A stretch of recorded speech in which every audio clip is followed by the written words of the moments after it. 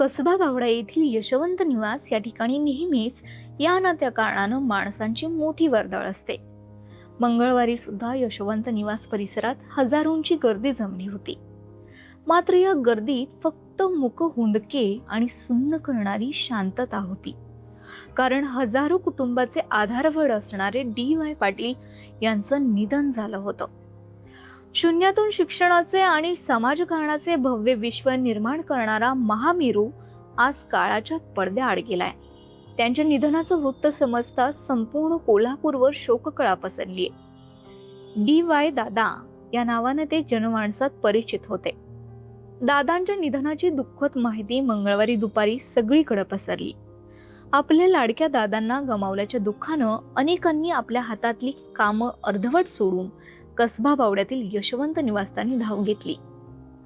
या ठिकाणी दादांच्या पार्थिवाचे अंत्यदर्शन घेऊन त्यानंतर त्यांचे आमदार सतेज पाटील आणि डी.वाय. पाटील अभिमत विद्यापीठाचे कुलपती संजय डी. पाटील यांची भेट घेऊन ते आपल्या अश्रूंना वाट मोकळी करून देत होते.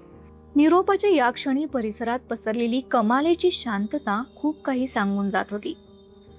22 ऑक्टोबर 1935 रोजी कोल्हापूर जिल्ह्यातील अंबप या लहानशा गावात डॉक्टर डी.वाय. पाटील यांचा जन्म झाला.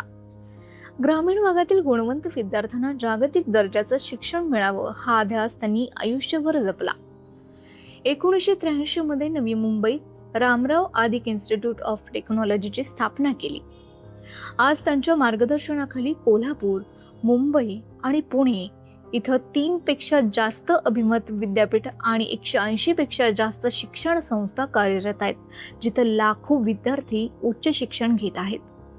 Doctor DY. पाटील यांची सार्वजनिक जीवनातील सुरुवात भारतीय राष्ट्रीय काँग्रेसमधूनच झाली.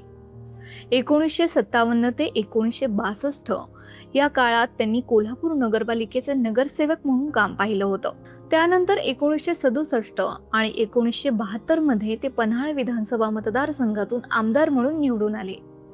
त्यांच्या प्रदीर्घ अनुभवाचा सन्मान म्हणून त्यांची त्रिपुरा आणि बिहारच्या राज्यपालपदी नियुक्ती करण्यात आली आणि त्याचबरोबर त्यांनी पश्चिम बंगालचा अतिरिक्त कारभार सुद्धा समर्थपणे सांभाळला होता. डी.वाय. दादांनी आपल्या हयातीत हजारो हातांना रोजगाराचं बळ दिलं. त्याचबरोबर गरीब कुटुंबातील लाखो विद्यार्थ्यांना कमी फी घेऊन उच्च शिक्षणाचा हक्क मिळवून दिला. याचबरोबर सामाजिक कार्यात सुद्धा त्यांनी अनेकांना हिताचे सल्ले देत प्रगतीचा मूलमंत्र दिला. त्यांच्या सामाजिक, शैक्षणिक आणि राजकीय क्षेत्रात त्यांनी असंख्य माणसं जोडली. प्रचंड सकारात्मकता असणारं व्यक्तिमत्व म्हणजे डी.वाय. दादा. त्यांच्या सहवासात एकदा आलेली व्यक्ती ही पुन्हा कधीच त्यांच्यापासून लांब झाली नाही अशी आठवण यावेळी अनेकांनी सांगितली आहे. त्याचबरोबर कोणतंही काम घेऊन दादांकडे गेलं की ते कधीच कोणाला निराश करत बसत. कठीणातलं कठीण काम ही घेऊन त्यांच्याकडे गेल्यास ते केवळ आपल्या स्वभावातून सकारात्मक राहण्याचा सल्ला देत होते. कोणतंही काम अवघड नाही, धाडस करा, धाडसच माणसाला मोठं करतंय असा विश्वासाचा सल्ला ते देत होते. त्यांच्या संपर्कात आलेल्या अनेकांनी त्यांच्याकडून सकारात्मक ऊर्जा मिळाल्याचं आवर्जून सांगितलं. डी.वाय. दादांचं वृत्त अवघ्या काही वेळातच कसबा बावडा परिसरात पसरलं. यावेळी परिसरातील व्यापारी, दुकानदारांनी आपली आस्थापने बंद ठेवून त्यांना आदरांजली वाहिली. तसेच दादांवर बुधवारी संध्याकाळी अंत्यसंस्कार होणार आहेत, त्यामुळे सर्व दुकाने बंद ठेवण्यात येणार आहेत. दादांनी जोडलेला जनसंपर्क दांडगा होता. कोरोना काळानंतर ते कसबा बावड्यातील निवासस्थानीच होते. या ठिकाणी ते लोकांच्या गाठी भेटी घेत.